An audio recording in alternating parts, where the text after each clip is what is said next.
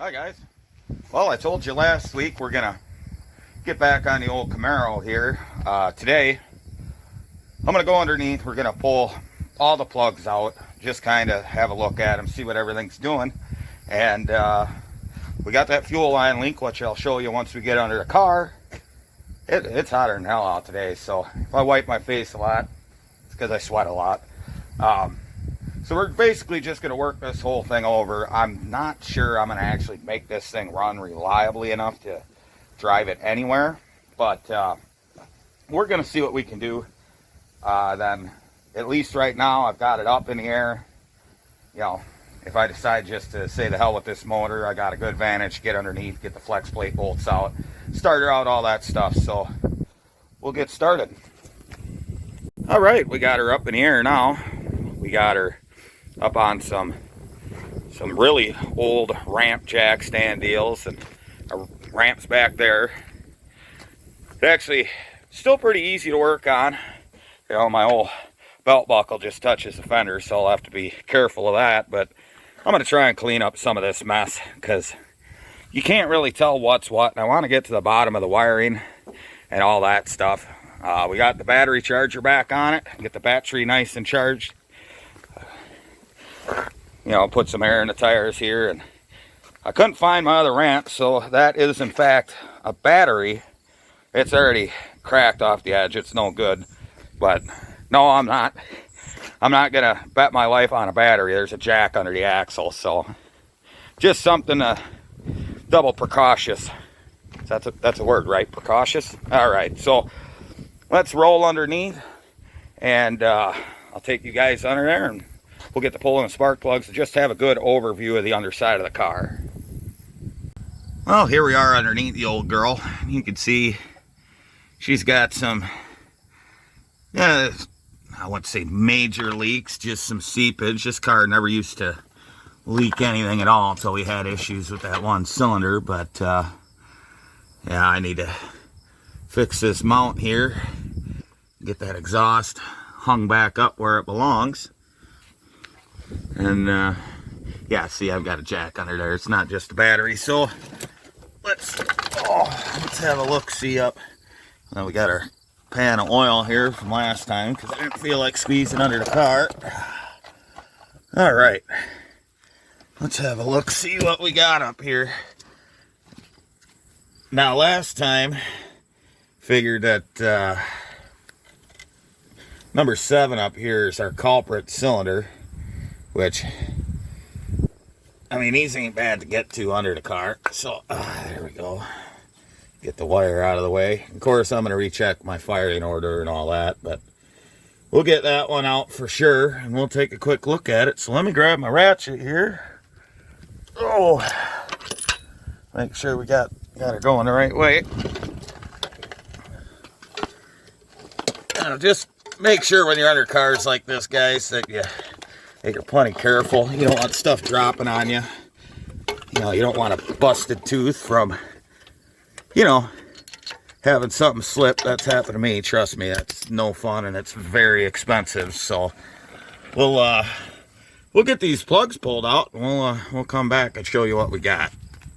All right, guys. Well, we're under this car. I know I mentioned this in the last video, but I can't stress it enough, and I want to show you how to not handle these cars, okay? Because it'll save you a ton of money. It'll save everyone, the next owner, a ton of money and everything. So remember what I said about the floor in this thing, how right there she's gone, and I mentioned how that pinch weld is folded over. That is what started the paint cracking. And anytime you have exposed metal, especially sheet metal, it's going to start flash rusting. And this is what happened down the length of the car. Now, I'll get a better vantage point to show you just how bad this is. See how that's folded flat right to the rocker. You can't do that, because right here, right where that bends, that paint cracked. You can see it spreading out from that area, just absolutely devouring the floor in this car. As you come further in, you can see it's not that bad, other than, you know, you got your rust from like chips and stuff that bounces up under the road. You know, you're going to chip the paint and you're going to get rust, but nowhere near to this extent, as long as you get under here and clean it up. I see I got a hole here which worked its way. You get water up into this crevice over here, and I never drove this car in the rain. This is just from sitting in my garage in southern Wisconsin, just the moisture just eating away at it. So we're going to come over on this side, which isn't as bad, because with the exhaust here, you really couldn't destroy this pinch weld.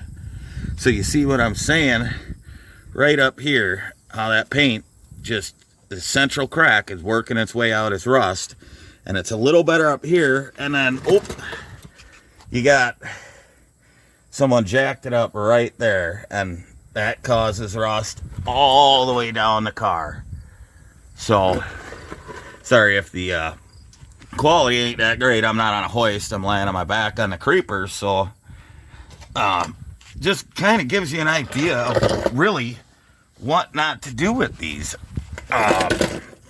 See, we got a rust hole here up in the trans tunnel, which you know, same thing, paint gets flaked away, and they just start rusting. It's not a real robust coating under these cars, and you really got to take care of it, or get to it right away, clean up any surface rust, and go ahead and respray the underside of the car, or undercoat it or something, because, you know, I was hoping, you know, I could get away with not doing a whole floor. You know, I could just kind of get this area out, but I'd have to put some beads in it to keep the strength up, and patch on the inside of the trans tunnel on both sides of the car, and above this support here, because it's just starting to eat into the edge of this main support that goes to the frame of the unibody. So I'm gonna have to fix that, and then up here I could stick my hand in the inner rocker. So we're gonna have to address that, along with repairing the floor, which, I mean, just to get the car running and everything, I'm gonna pull the carpet up and get something to bridge this gap, so I'm not stressing that area anymore, so I don't push the floor down. Because my other Camaro was so bad, I got in it after the winter of sitting, and I put my foot right through the floor. So I'm just gonna put something in there for now. It's not a fix, it's just to keep me from further harming this metal, and then we're gonna go ahead and repair it. I'm gonna put subframe connectors in. I think they're the BMR ones that weld up here, run alongside the pinch weld, and then go back here to your rear suspension mounting point. So that's kind of what we're gonna do. I don't know what I'll do above the subframe connector with the floor to protect it even further, or if I'm going to straighten out this pinch weld and tie them into there. You can see rust just flaking off. I've got a lot of work to do with the wire brush, but I'm just telling you guys, if you're going to jack these things up and all this is in good shape, do not touch this.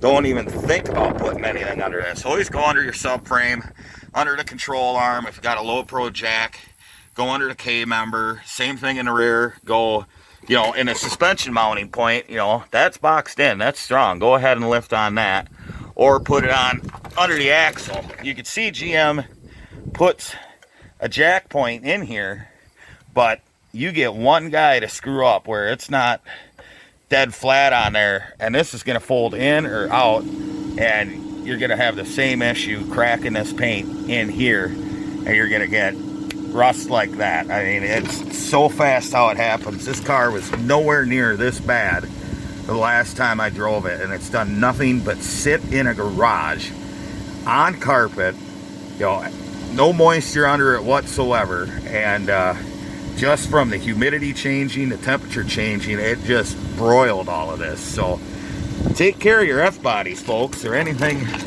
that's built like this. You really got to take care of them and be careful. So there's my F-body tech tip. I got the one plug out, I got to looking at it, and I really don't feel like pulling the other plugs. So we got some more stuff up in a cylinder. I know the other cylinders are good, so we'll come back to that in a little bit. I might mow the lawn, go on a parts run, get a fuel filter and some junk, so we will stop back in. I did some digging here on the ignition just to make sure we're going the right direction. I got the engine at top dead center, so, well, just a few degrees past, but so the distributor's just a little bit past where it'd be at number 1, and I pulled the cap off. I don't know how well you guys could see that, but there's quite a bit of corrosion in this here cap, and well, she's newer, so I happen to have a collection of GM HEI stuff. This one's a little cleaner. We're gonna slap it on there just cause the rotor doesn't look too bad, so we'll take care of that. Last time I timed this car, I went ahead and put a white mark on the crank. I don't know if you could see that with the sun and the shadow, but I think I've made a decision at least to get this car running and reliable. I'm going to see if I can get this motor to come back at all. Chances are I can't, so I've got that Vortec 350 with a 4-bolt main. And just a little bit of trivia, any gross vehicle weight 3/4 ton Chevy that I think it's what, above 8,000, 8,600 pounds, something like that, those are supposed to come with the 4-bolt main 350. So we're going to go ahead. If I go pull this motor out, I'm actually going to use the CPI off the Vortec, the central port. Just, I don't have to do intake swap. I don't have to do none of that. I am going to do the multi-port conversion in it, which is the spider assembly that actually has the injectors at the end instead of having the poppet valves, which we all know go bad. And that one needs a spider anyway. So basically what I'm going to do when I slap that Vortec in here is I'm going to use these front accessories because I don't believe the Vortec accessories will fit under the hood. I'll do some measuring, and I'll come back in the next segment of the video and see where we're at with that. I got tape measure in the house, so I'm actually going to run the factory air tube into the Vortec hat, just turn it and make it so I can hold it down. But obviously I'm going to have to enlarge that for the bigger mass airflow on the Vortec, because this would just be a bottleneck for it. So gonna convert it to OBD2, do the TCI kit on the 700 so we have lockup, and just use the Vortec computer, which is, I don't remember the number on it, but it's a tunable one that you can break into and tune it good. So slapping a Vortec in here with a set of headers, you might get 260 horse out of it. It'll be fun. More horse than the L98 offered, so, and this being the LB9, even it'll be like night and day for this car. So we're gonna grab the tape measure, and I'm actually gonna measure from how lower on the block, how high above the valve cover they stick, and see if we can actually, if I can use the Vortec Serpentine setup. I absolutely will, just because it's simpler, one belt. So let's go measure that. All right, here's our Vortec motor. It's an L31, which I don't know how many people know that designation, but the actual designation for the motor is in fact L31 for the 5.7 Vortec motor. L30 is the 305. So we're going to go ahead and measure on the back side of this AC compressor off the valve cover, see what kind of height we have to the manifold up here. It looks to be just, well, let's see where we are in that valve cover. Just above the bolt of the valve cover, we're just shy of 8 inches to the port on there, on that side, which that's going to be our main measurement unless I delete this AC pump. So we'll go over to the alternator, if I can get my tape measure in there, just above the bolt, and we are looking at, we'll go just over 4 inches to be safe, which I suppose, I guess our biggest clearance is going to be this air hat. So, very top leading edge of the valve cover, we'll say about 9 inches off the top of the valve cover. So I might actually have to use that SS hood on the car to make this fit. But it would be neat to keep the air conditioning. Unfortunately, these headers won't fit on the car. That'd be nice, because they definitely, it's a noticeable bump they actually give you. I know a lot of people are like, oh, exhaust don't do nothing, but a set of headers does. I mean, really helped the low end torque on this truck, which it's got 410s, so that was kind of fun. It was actually a pretty snappy truck for a small block. So yeah, we'll go back, and just a couple things on this Vortec. This is where your fuel lines come in for the T.P.I, which is underneath this plastic plenum here under the throttle body. I'm going to have to reroute the lines to make them work for the Camaro. I'm going to use the Vortec distributor just because it's compact enough. It should fit in the car just fine. And basically, I want to keep everything other than a fan and just slap it in the car. And the big thing is this is a reverse rotation water pump, whereas the one in the Camaro is not. So I'd have to do a water pump swap if I were to keep the accessories off the 87. Because if I tried to just use this water pump with that, it wouldn't cool the car worth a damn, because it's supposed to spin a certain way and you're not going to move any coolant spinning the other way. And that's another mistake some people make, thinking these are reverse flow. They're not. The only reverse flow motors were the LT1s with the gear-driven water pump off the timing set behind the timing cover there. These are just a regular flow cooling system with a reverse rotation water pump. And you can always tell that if you can see the ribs on the belt on the water pump. It's driven by the backside. That's reverse rotation. So that's the difference between reverse rotation and reverse flow. You know, all these SB1s are regular flow cooling. The LT1, which would have been the small block 2, SB2, was the only reverse flow cooling. So there's a little tip there. And let's see, we said 9 inches up here and just a titch around 8 inches. We're just going to collar 9 all the way up and see what we got in the car. All right, so we're back at the car, and we're going to kind of go back with our measurements. Off the top of the valve cover, that T.P.I with the hat was 9 inches, which is quite a bit above the hood line. So we might have to modify that. I really didn't think they were that much taller than the T.P.I, which I double check my measurements, but could probably make her work. And then up here, I measured it about there, and as you can see, we are quite a bit above the hood line. So I don't think I'd be able to use the AC. I could probably, I don't even know if I could use the alternator. So chances are we're gonna have to take the accessories off of this car and the water pump, if it's any good when I pull it off, and put all that on that Vortec motor. Of course, we'll get rid of this smog pump. This Vortex never came with that. But I should be able to figure out a way to make the Vortec intake and have a hat, maybe that's a little lower profile, that doesn't impede flow too much, be able to feed into that. So I might have to use that SS hood for the time being, at least until I decide to do what else with it. I just want the Vortec in it, just everything there, get it running. I could drive it reliably.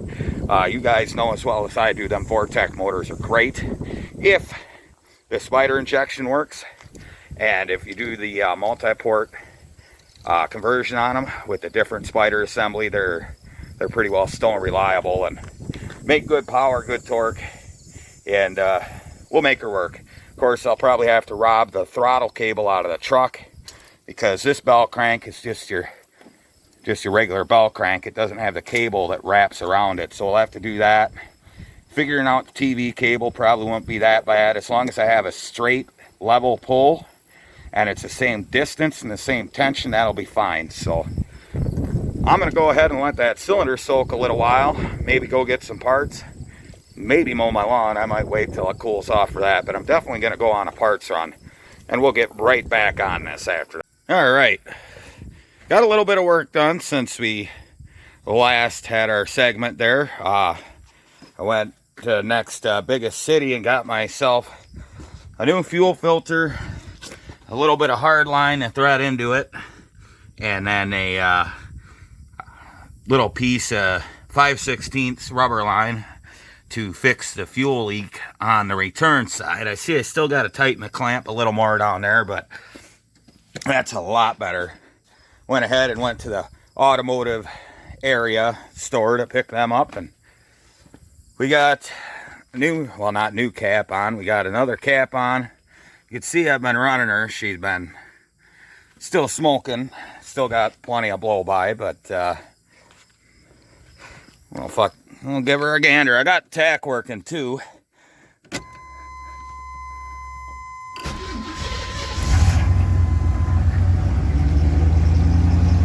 She ran a little rough at first. I mean, she's still not running good. I'm gonna pull that plug back out now that caught a bunch of garbage and go ahead and put a good plug in. But she's smoothing out. You can see she's still huffing and fluffing. But maybe that's just because of the transmission fluid and all that in there. She's smoking. She's got plenty of blow by, but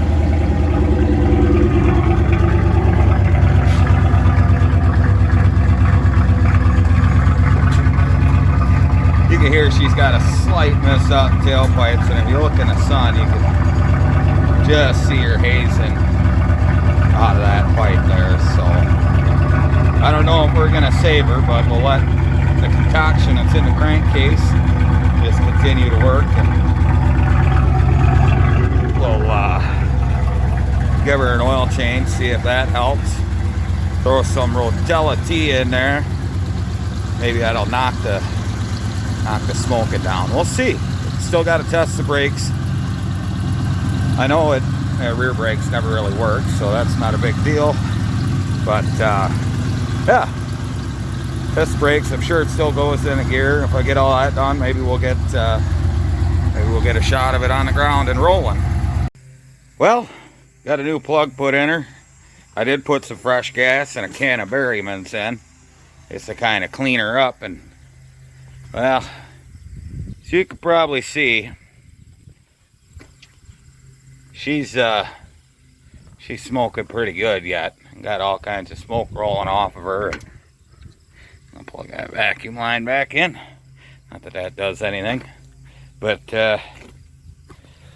yeah, she's a smoker. The motor shakes more than an adult dancer on dollar night, but she's I think she's gonna have to come out. There's no saving her. I mean, we'll just fire her up. You see a smoke fly off this thing.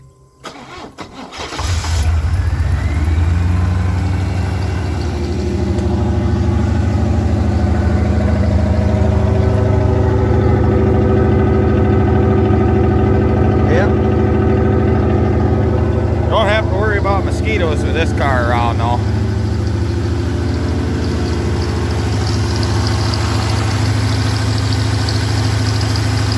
She shakes quite a bit. The fan actually came on, so that's nice. Well, look at this. She's smoking everywhere. I think she's done. Either the rings are completely gone, it's 7, or there's a hole in the piston. I could have done a compression test, but that's a lot of effort for not a whole lot of reward. I mean, I know this motor's hurt, but just hoping with her cocktail that we'd be able to kind of bring her back a little bit. So, I mean, here we go, guys. We got her running, and now I've got it in the position to where I can take the motor out pretty easy without too much hassle. I can get under there, get the flex plate bolts out, get the exhaust off, get the starter out, get the motor mount bolts and all that. And I was looking at that Vortec motor, got more measurements, and if I get rid of the AC compressor on the Vortec, just leave that off, the power steering pump will clear, because measurement from the center of the water pump to the outside of the pulley is 11 inches on both setups. The pump in the other one sits a little lower, but there's really nothing below that, and I'm not going to get to the steering. The reservoir will clear the steering shaft, so we're going to go ahead when we do the swap and just use the Vortec accessories, you know, the better alternator, all that. I don't have to mess around with a water pump that will work. That would be, you know, standard direction. So that'll be the next thing we do on this car. In the next video is probably pulling the motor out or either getting the motor out of that truck back there. So we'll just let this thing die. I'd get her down and do burnouts with it, but I'm pretty sure all the oil leaking and all the oil is pushing on pretty much just start on fire instantly. So we're just gonna let this motor die. I'll pull it out, put it on the shelf. Maybe I'll rebuild it, you know, just for posterity. You know, no one really cares about a numbers matching 3rd gen, but I'll keep the motor, the T.P.I and all that. And you know, a lot of guys will say, oh, your fuel pump won't support a Vortec. Well, the pressure the pump has, I just got to look at what that's capable of gallons per hour versus a Vortec pump, and we'll be able to plumb the lines. I'm going to try and use as much of the fuel line out of the truck as I can, so we can make it work a little better, have a little more fresh lines. Yeah, other than that, with a different air hat, it should fit under the stock hood, but I'll just pin down the SS one for now. I'll show you how to make that work to where we open this up, put a bigger tube to go into the bigger mass airflow that's going to be associated with that truck motor. And yeah, she should be a lot better, not smoking puke and all that. We'll put new brake lines on it. The front's fine.